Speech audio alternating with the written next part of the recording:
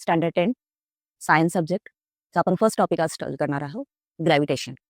या टॉपिकमध्ये आपण बघणार आहोत ग्रॅव्हिटेशनल फोर्स म्हणजे काय. सो ग्रॅव्हिटेशनल फोर्स असा फोर्स आहे जो युनिव्हर्समध्ये कुठल्याही दोन ऑब्जेक्टवर काय होत असतो, ऍक्ट होत असतो.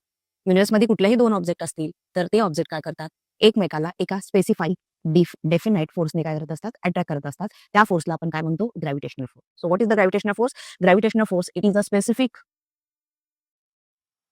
or definite force between any two objects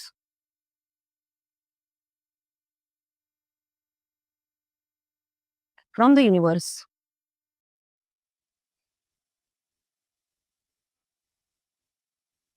which attract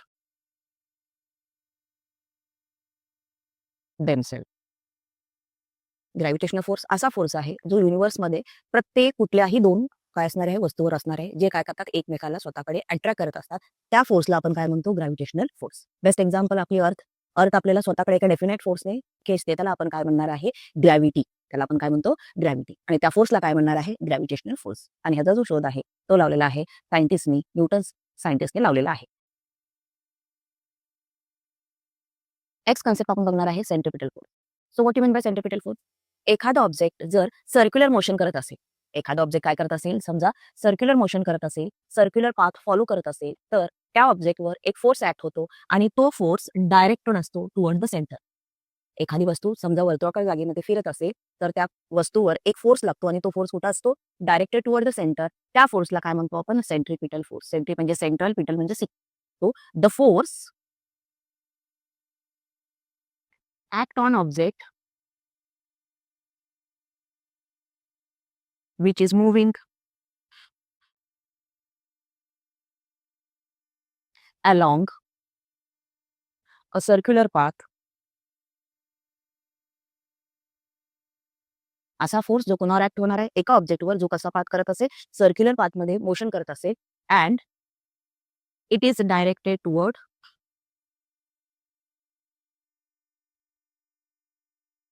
centre. आणि तो फोर्स कुठे डायरेक्टेड असणार आहे, सेंटरला डायरेक्टेड असणार आहे. त्या फोर्सला आपण काय म्हणणार आहे, सेंट्रिपिटल फोर्स. तो सेंट्रिपिटल फोर्स म्हणजे असा फोर्स जो अशा ऑब्जेक्टवर लागणार आहे, जो काय करणार आहे, सर्क्युलर मोशन करणार आहे आणि तो फोर्स कुठे डायरेक्टेड असतो, टुवर्ड द सेंटर. त्या फोर्सला आपण म्हणणार आहे सेंट्रिपिटल फोर्स. नेक्स्ट कन्सेप्ट आपण बघणार आहोत Kepler's law. Kepler it is a name of scientist. हा जो क्वेश्चन आहे हा रिपीटेड पडलेला आहे. हा पडलेला आहे 21 ला, 24 ला पडलेला आहे, 25 ला पडलेला आहे. सो हा मोस्ट इम्पॉर्टंट क्वेश्चन आहे या टॉपिकचा. Kepler it is a name of scientist. त्यांनी प्लॅनेटरी मोशन स्टडी केली आणि त्याला जे आढळले ते त्यांनी लॉच्या फॉर्ममध्ये दिलेले आहेत. सो आपण शिकणार आहे केपलर्स लॉ. 3 लॉ आहेत. मे बी पेपरला तुम्हाला डायग्राम देतील, आयडेंटिफाय करा म्हणतील आणि लॉ स्टेट करायला सांगतील किंवा एक्सप्लेन करायला सांगतील. सो आपण बघणार आहे फर्स्ट केपलर्स लॉ. सो केपलरने काय सांगितलं, जे काही प्लॅनेट्स आहेत ते प्लॅनेट्स काय करतात, सनच्या भोवती काय करतायत, रिव्हॉल्व्ह होतात. आणि रिव्हॉल्विंग करताना त्यांची जी मोशन आहे त्या मोशनला आपण म्हणतो planetary motion. So according to Kepler हे जे प्लॅनेट्स आहेत ते प्लॅनेट सनच्या भोवती रिव्हॉल्व्ह होताना ते इलिप्स पाथ फॉलो करतात. म्हणजे सर्क्युलर पाथ न फॉलो करतात ते काय करतात, असा अंडाकार पाथ काय करणार आहे, फॉलो करणार आहे. आपल्या सर्कलचा जसा एक सेंटर असतो तसा इलिप्सचा किती असणार आहे, 2 सेंटर असणार आहे. त्याला आपण फोकस असं म्हणतो. आणि त्याच्यामध्ये ह्या दोन्ही पैकी एक फोकसवर कोण असणार आहे, सन असणार आहे. सो फर्स्ट लॉ त्यांनी काय सांगितले आहे, प्लॅनेट जे आहेत ते प्लॅनेट सनभोवती काय करणार आहेत, मोशन करणार आहेत, रिव्हॉल्व्ह होणार आहेत. आणि रिव्हॉल्व्ह होताना सन जो असणार आहे तो इलिप्सच्या दोन्हीपैकी एका काय असणार आहे, फोकसला असणार आहे. सो फर्स्ट स्टेटमेंट काय बघा, the orbit of the planet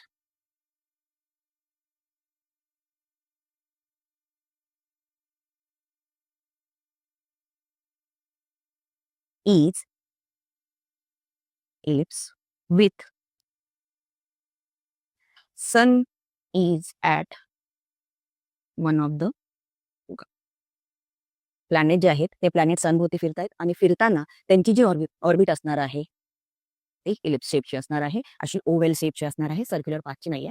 आणि ते प्लॅनेट फिरताना सन जो आहे तो दोन्हीपैकी एका फोकसवर असणार आहे. सो फर्स्ट स्टेटमेंट काय असेल बघा, the orbit of the planet is ellipse with the sun is at the one of the होकाय. हे काय असणार आहे, फर्स्ट स्टेटमेंट असणार आहे आणि त्यालाच आपण म्हणतो केपलर्स फर्स्ट लॉ. नेक्स्ट आहे Kepler's second law. Second law मध्ये त्यांनी काय सांगितले बघा, जी काही ऑर्बिट आहे ती ऑर्बिट कशी सांगितली होती, त्यांनी इलिप्स सांगितले होते. दोन्हीपैकी एका फोकसवर कोण आहे म्हणून सांगितलं होतं, सन आहे म्हणून सांगितलं होतं. त्याच्यामध्ये केपलरच्या मते प्लॅनेट जे आहेत ते प्लॅनेट इक्वल टाइम मध्ये इक्वल डिस्टन्स ट्रॅव्हल करणार आहे. केपलरच्या मते प्लॅनेट जे आहेत त्यांची जी मोशन असणार आहे इक्वल टाइम मध्ये इक्वल डिस्टन्स ट्रॅव्हल करेल. फॉर एक्झाम्पल समजा हा जो पॉईंट आहे प्लॅनेट इथं आहे की तो इथून आलेला आहे. समजा हा पॉईंट ए आहे, हा पॉईंट काय आहे बी आहे. ए टू बी त्यांनी एवढा एरिया कव्हर केलेला आहे. फॉर समजा त्याला लागलेले आहे 30 डेज. त्यानंतर तो आलेला असेल समजा सी पॉईंट पासून सी टू डी येताना इथं सुद्धा त्याला किती लागलेले आहे 30 डेज. सो केपलरच्या मते हा जो एरिया वेक्टर आहे कुठला ए एस बी आणि हा जो आहे सी एस डी हे दोन्ही एरिया वेक्टर काय असणार आहेत इक्वल असणार आहे. कुठले एरिया ए एस बी ही कुणाची इक्वल असणार आहे एरिया सी एस बी. का कारण की दोघांचा टाइम इंटरवल काय आहे. सो सेकंड लॉ काय सांगणार आहे द लाईन जॉईनिंग ही जी लाईन दिसते the line joining between planet and sun. The line joining between planet and sun cover त्याला आपण स्वीप्स असं म्हणतो. Sweeps equal areas in equal interval of time.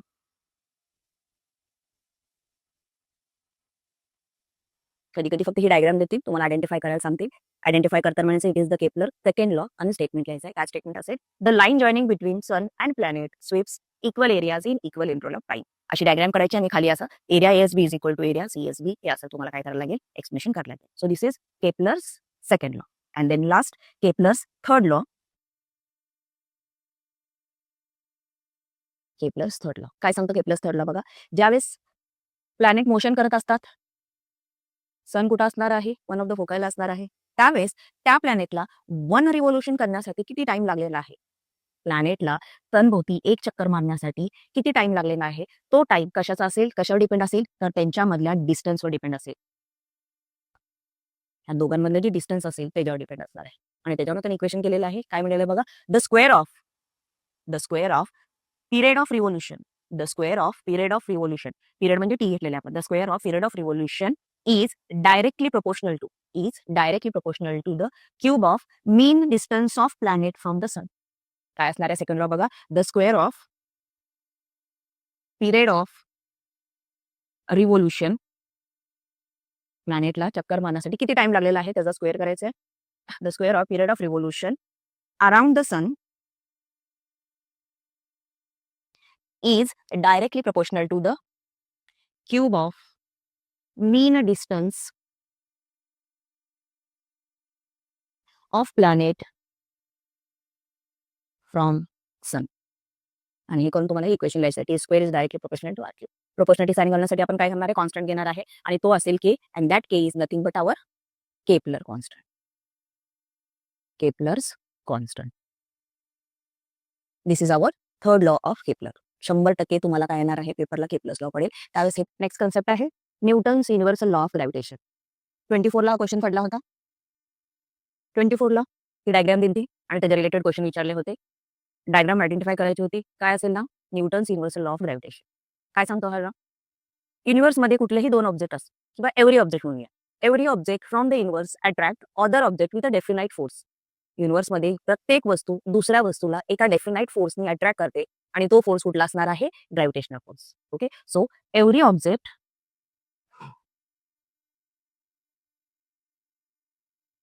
From the universe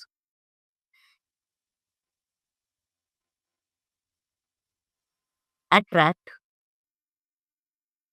with a definite force. आणि तो force कुठला असेल gravitational. आणि तो जो फोर्स आहे that force is directly proportional to product of their masses. Product म्हणजे मल्टिप्लिकेशन मासेस त्याचं मास घ्यायचं. इथं आपण दोन वस्तू घेतलेल्या आहेत त्याचं मास घेतलं एकाचं M1 दुसऱ्याचं M2. So product of their masses means product म्हणजे multiplication M1 into M2 and inversely proportional to the square of distance between them. ह्या दोन वस्तूमधलं डिस्टन्स किती आहे हे सुद्धा महत्वाचं आहे आणि ते कसं घ्यायचं आहे इनव्हर्सली. तो inversely proportional to square of distance between them. So law काय सांगतो बघा Newton's universal law of gravitation. Every object from the universe attract other object with a definite force, and that force is directly proportional to product of their masses and inversely proportional to square of distance between them. Proportionality sign करण्यासाठी आपण constant घेतो आणि इथं आपण constant घेणार आहे g. So F is equal to g m1 m2 upon b square, and that g is called as universal gravitational constant. हा जी कोण आहे युनिव्हर्सल ग्रॅव्हिटेशनल कॉन्स्टंट आणि त्याची व्हॅल्यू आहे नियर अबाउट 6.673 इंटू 10⁻11. युनिट महत्वाचं आहे, पेपरला युनिट विचारतील बघा. जी इज इक्वल टू आपण जर घ्यायचा प्रयत्न केला तर हा डी इकडे जाईल. एफचं युनिट काय असतं न्यूटन, डिस्टन्सचं काय असतं मीटर, डिस्टन्सचा स्क्वेअर म्हणजे मीटरचा स्क्वेअर होईल. M1 M2 इथं मल्टिप्लिकेशन तिकडे गेलं डिवाइड लागेल, डिवाइड बाय मास कशात घेतो आपण केजी स्क्वेअर. सो 1 मार्काला युनिट सुद्धा विचारतील. What is the unit of किंवा फिल इन द ब्लँकला unit of universal gravitational constant unit काही newton meter square per kg square. ठीक आहे. So this is law Newton's universal law of gravitation. Every object from the universe attract other object with a definite force, and that force is directly proportional to product of their masses and inversely proportional to square of distance between them. Proportionality sign घालण्यासाठी आपण constant घेतलाय. तो constant आहे जी. त्याचं नाव आहे universal gravitational constant आणि त्याची value आहे 6.673 इंटू 10⁻11. आणि जीचं युनिट आहे कॅपिटल जीचं युनिट आहे Newton meter square per kg square. कधी कधी हीच डायग्राम देतात आणि थोडंसं चेंजेस करतात. काय चेंजेस करतील बघा. फर्स्ट डायग्राम ही असेल आणि सेकंड डायग्राम मध्ये डिस्टन्स काय करतील डबल करतील. डिस्टन्स काय करतील डबल करतील. तर विचारतील फोर्सवर काय इफेक्ट आहे बघा. डिस्टन्स डबल केलेला आहे म्हणजे इथं खाली काय आहे डिस्टन्सचा स्क्वेअर आहे म्हणजे इथं डिस्टन्स डबल असेल तर इथं सुद्धा काय होणार आहे हा M1 मास तर सेमच असेल. डिस्टन्स डबल आहे आणि ते डबल झालं तर काय होईल फोर्स जो असणार आहे तो काय होईल 4 टाइमनी काय होणार आहे डिक्रीज होईल. फोर्स काय होणार आहे 4 टाइमनी काय होणार आहे डिक्रीज होणार आहे. डबल म्हणायचं नाही का कारण की हा 2 आहे 2चा स्क्वेअर घ्यायचा आहे. सो 4 टाइमनी डिक्रीज होईल. ट्राईस लिहिलं तर फोर्स काय होईल 9 टाइमनी. 3चा स्क्वेअर किती आहे 9. सो 9 टाइमनी काय होणार आहे डिक्रीज होणार आहे. So this is about Newton's universal law of gravitation. Next concept बघायचं आपल्याला acceleration due to gravity.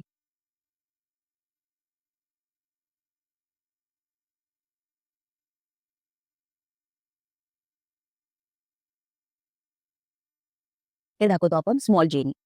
Capital G आहे ग्रॅव्हिटेशनल कॉन्स्टंटसाठी, स्मॉल जी आहे ऍक्सेलरेशन ड्यू टू ग्रॅव्हिटीसाठी. So what is the acceleration due to gravity. आपल्याला माहित आहे अर्थ जी आहे ती अर्थ काय करत असते प्रत्येक वस्तूला स्वतःकडे काय करत असते अट्रॅक्ट करत असते आणि अट्रॅक्ट करताना ती एका डेफिनेट फोर्सने करते आणि तो फोर्स कुठला आहे ग्रॅव्हिटेशनल फोर्स. आणि तो ग्रॅव्हिटेशनल फोर्स वस्तू ज्यावेळेस खाली येत असेल तो फोर्स काय होतो चेंज होतो. So what is the acceleration. Acceleration म्हणजे काय ऍक्सेलरेशन म्हणजे काय change in velocity with time. So तो ऑब्जेक्ट अर्थकडे येताना टुवर्ड्स अर्थ येताना त्याच्यावर एक फोर्स ऍक्ट होतो आणि तो फोर्स जो आहे तो त्या बॉडीला काय करेल ऍक्सेलरेट करेल. आणि ते ऍक्सेलरेशन कुणामुळे प्रोड्यूस झालंय अर्थच्या ग्रॅव्हिटेशनल फोर्समुळे आणि त्यामुळे त्याला काय म्हणायचं आहे acceleration due to gravity. So what is the acceleration due to gravity. The acceleration produced in an object due to Earth's gravitational force.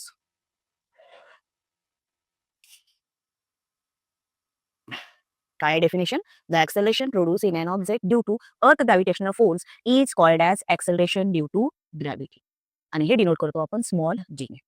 Okay. याची व्हॅल्यू काढायची आपल्याला तर त्यासाठी आपल्याला आताच इक्वेशन घ्यायला लागेल कुठलं Newton's universal law of gravitation. काय सांगत होतो तो युनिव्हर्स मधल्या कुठल्याही दोन ऑब्जेक्ट मध्ये काय असणार आहे फोर्स असतो आणि इथं मग आपण कुठले दोन ऑब्जेक्ट घेणार आहे. एक ऑब्जेक्ट आपला फिक्स आहे तो कोण असणार आहे अर्थ आणि दुसरा एनी ऑब्जेक्ट. मग त्यावेळेस कुठला फोर्स ऍक्ट होईल. So F is equal to capital G M1 च्या जागी आपण कॅपिटल एम घेऊया. दिस इज फॉर अर्थ आणि स्मॉल एम घेऊया आपण एनी ऑब्जेक्ट साठी. M1 M2 न घेता आपण कॅपिटल एम ने काय घेणार आहे small M.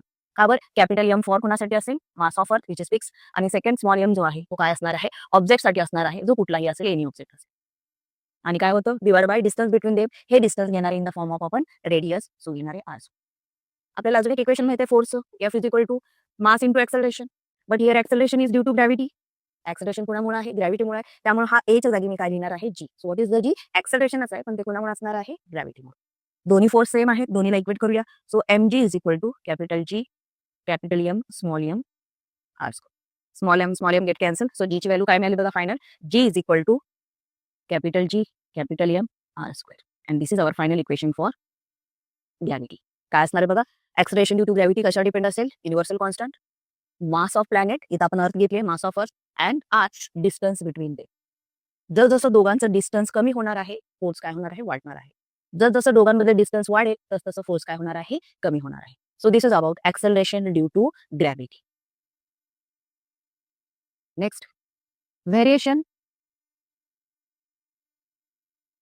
In value of G. जीच्या व्हॅल्यू मध्ये व्हेरिएशन असेल ग्रॅव्हिटीच्या व्हॅल्यू मध्ये काय असेल बघा. First shape height and depth. ठीक आहे. फर्स्ट बघूया शेप. आपली जी अर्थ आहे, ती अर्थ आपण काय म्हणतो? स्फेरिकल आहे म्हणतो. बरोबर आहे? पण रिअलमध्ये बघितले तर आपली जी अर्थ आहे ती स्पिनिंगमुळे काय झालेली आहे, थोडीशी हा जो वरचा पॉइंट आहे त्याला आपण म्हणतो पोल आणि हा जो पार्ट आहे त्याला आपण काय म्हणतो? इक्वेटर. आपली जी अर्थ आहे ती स्पिनिंगमुळे काय झालेली आहे, थोडीशी इक्वेटरला थोडीशी अशी बल्ज झालेली आहे, फुगलेली आहे. थोडासा पार्ट इक्वेटरला काय झालेला असं फुगलेला आहे आणि पोलवरची थोडीशी काय झालेली आहे, फ्लॅटन झालेली आहे. आणि त्याच्यामुळे काय झालेलं आहे, हे जे इक्वेटरचं जे डिस्टन्स आहे, ते इक्वेटरचा डिस्टन्स काय झालेला आहे, वाढलेला आहे. आणि पोलचं डिस्टन्स काय झालेलं आहे, रिलेटिव्हली कमी झालेलं आहे. आणि आताच बघितलं आपण जीची व्हॅल्यू कसं काढतो आपण, capital G, capital M upon R. जेवढी आर ची व्हॅल्यू इन्क्रीज होईल, तेवढी जी ची व्हॅल्यू काय होणार आहे, कमी होणार आहे. आणि त्यामुळे एमसीक्यूला क्वेश्चन विचारते, the value of G is minimum at or maximum at. तर जी ची व्हॅल्यू जी आहे ती इक्वेटरला मिनिमम असेल, नियर अबाउट 9.73 असणार आहे आणि पोलपाशी ती असेल मॅक्झिमम. एमसीक्यूला हा क्वेश्चन पडेल तुम्हाला. पोलपाशी काय असणार आहे, मॅक्झिमम. अर्थची जी ग्रॅव्हिटी आहे त्या पोलपाशी त्याची व्हॅल्यू सर्वात जास्त आहे का? कारण की पोलपासनं सेंटरचं डिस्टन्स जे आहे ते कमी आहे आणि आरची व्हॅल्यू कमी झाली तर जीची व्हॅल्यू वाढेल आणि ती असेल नियर अबाउट 9.83 समथिंग. सो पोलपाशी जीची व्हॅल्यू ही मॅक्झिमम आहे आणि इक्वेटरपाशी पोलची व्हॅल्यू काय आहे, मिनिमम आहे. हा फर्स्ट कन्सेप्ट कशाचा झाला, अबाउट शेप. सेकंड आहे हाईट. अर्थपासून जसं आपण हाईटला जाईल तसं आर ची व्हॅल्यू काय होणार आहे, इन्क्रीज होईल आणि त्यामुळं जी ची व्हॅल्यू काय होणार आहे, डिक्रीज होईल. ठीक आहे. So as height increases, value of G decreases. MCQ ला गेल्यावर पडला होता 25 ला question. As the height of the object is increases from the earth, the value of G is decreases. जसं अर्थ पासून आपण वर जाईल तसं जी ची व्हॅल्यू काय होणार आहे, कमी होणार आहे, डिक्रीज होणार.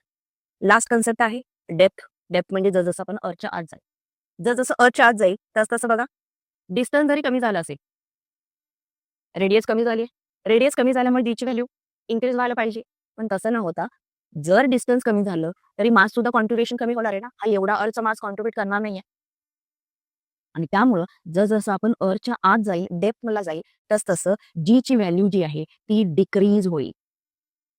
जी ची व्हॅल्यू काय होणार आहे, डिक्रीज होईल अँड ऍट द सेंटर ती काय होणार आहे, झिरो असणार आहे. एमसीक्यूला क्वेश्चन पडेल. सेंटरला, अर्थच्या सेंटरला ग्रॅव्हिटी काय असणार आहे, झिरो असेल. So this is the variation of value of G. Shape, height, depth. शेपचा जर विचार केला तर इक्वेटरला त्याची व्हॅल्यू मिनिमम आहे, पोलला मॅक्सिमम आहे. हाईट जर विचारलं तर जसं आपण हाईट वाढत जाईल तसं डिस्टन्स वाढणार आहे, त्यामुळं जी ची व्हॅल्यू काय होणार आहे, कमी होणार आहे, डिक्रीज होणार आहे. डेप्थ जसं आपण अर्थच्या डेप्थला जाईल, खाली जाणार आहे अर्थमध्ये, तसं व्हॅल्यू डिक्रीज होणार आहे आणि सेंटरला ती व्हॅल्यू कशी असेल, झिरो असेल.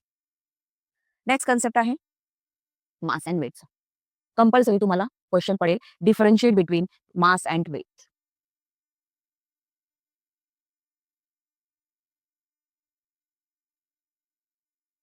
एकवीसला पडलेला आहे, 23ला पडलेला आहे question, differentiate between mass and weight. ठीक आहे. So what is the mass. Mass म्हणजे काय, तुम्हाला जो ऑब्जेक्ट दिलेला आहे त्या ऑब्जेक्ट मध्ये किती क्वांटिटी आहे, ती क्वांटिटी म्हणजे काय असणार आहे, मास असणार आहे. So what is the mass, the quantity of matter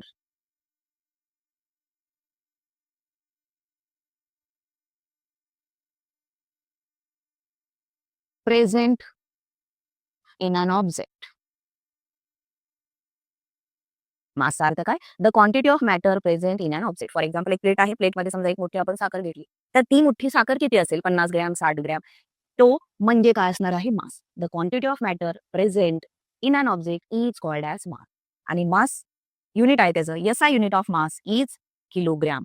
मास कशात मोजतो आपण, किलोग्रॅम मध्ये. हा होईल second point. Third point, it is never zero. Mass कधीही झिरो नसणार आहे. प्लेट घेतली, त्या प्लेटमध्ये काहीच साखर नाहीये, त्यात साखर आहे, किती किलोग्रॅम आहे आपण सांगू शकणार आहे का, नाही. So it never be zero. आणि मास जी आहे ती स्केलार क्वांटिटी आहे. ही कुठली क्वांटिटी आहे, स्केलार क्वांटिटी. सो डिफरन्शिएट मध्ये तुम्हाला 4 पॉईंट लिहायला लागतील. सो फर्स्ट पॉईंट तुम्ही डेफिनेशन लिहू शकता, it is the quantity of matter present in an object. Second point, SI unit of mass is kilogram. Third point, it never be zero, तो कधीच zero नसणार आहे. Fourth, it is a scalar quantity. अजून एक point तुम्ही add करू शकता, it is same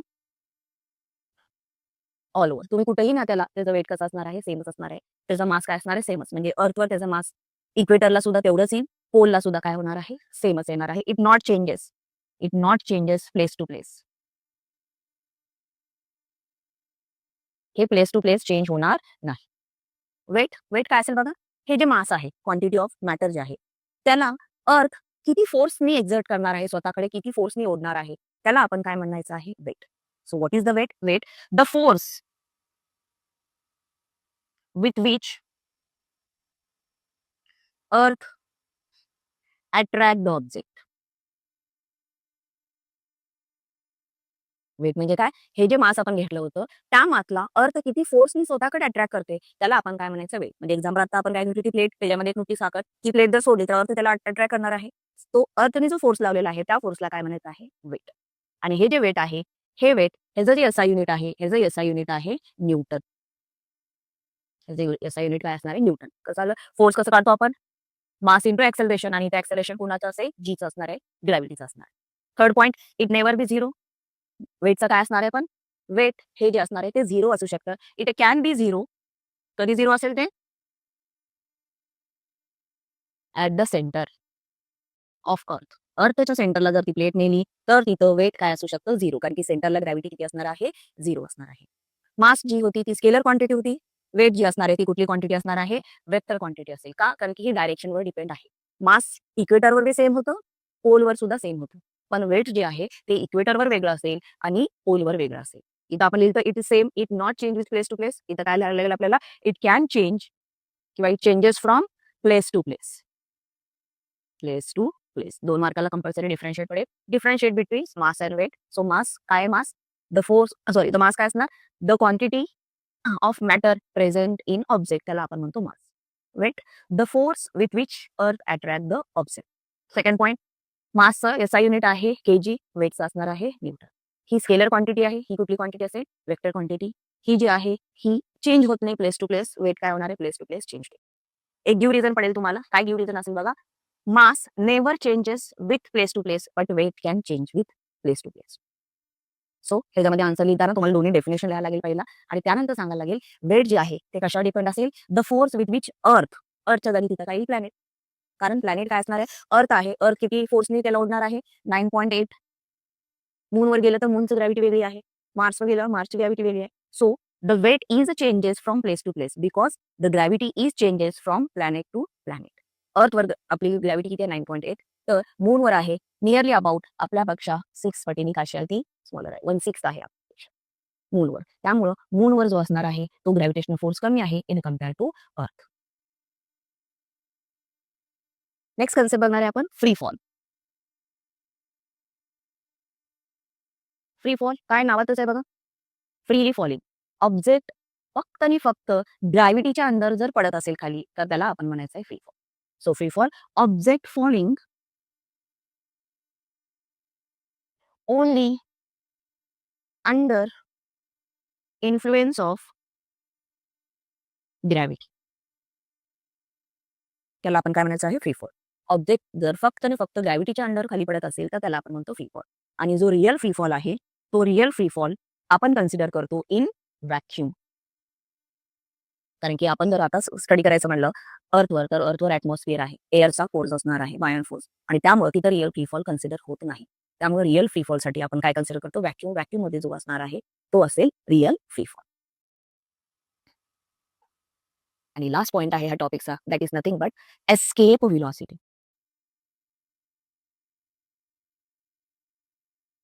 21ला question पडलेला होता, 23ला पडला होता. त्याच्यावर डेफिनेशन लिहायची आणि त्याच्या रिलेटेड काय लिहायचं त्याचं इक्वेशन.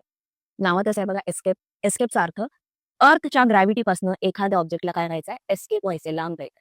त्यासाठी मला काय करावं लागेल? जे काही सॅटेलाइट असेल किंवा एखादा ऑब्जेक्ट असेल त्याला एवढी व्हेलॉसिटी अप्लाय करावी लागेल की तो अशा पॉईंटवर जाईल की ज्या पॉईंट पाशी अर्थ त्याला ओढू शकणार नाही. समजा मी ह्या पॉईंटला ह्या पॉईंट पाशी नेला, इथपर्यंतच अर्थची ग्रॅव्हिटी असेल, त्या पॉईंटला ह्या पॉईंटला गेला, अर्थ तिथपर्यंत पोहोचू शकत नसेल, अर्थचा फोर्स तिथपर्यंत पोहोचू शकत नसेल, तर तो ऑब्जेक्ट काय होतो? फॉरएव्हर एस्केप होतो, फॉरएव्हर तिथंच राहतो. आणि त्यासाठी ऑब्जेक्टला मला फॉरएव्हर तिकडच पाठवण्यासाठी काहीतरी इथं मिनिमम व्हेलॉसिटी द्यावी लागते. And that velocity is called as escape velocity. So काय आहे escape velocity? It is the minimum initial velocity given to an object that can object escape forever or object overcome the downpull of earth. Object काय करेल? Overcome करेल. कशाला overcome करेल? अर्थच्या डाउनपुलला, downward अट्रॅक्शनला. त्या व्हेलॉसिटीला काय म्हणायचं आहे? Escape velocity. आणि ही एस्केप व्हेलॉसिटी आपण दाखवतो बी एस्केपनी. आणि त्याचं इक्वेशन पेपरला 2-3दा पडलेलं आहे. MCQ ला त्याचं इक्वेशन असेल अंडर रूट 2 GM अपॉन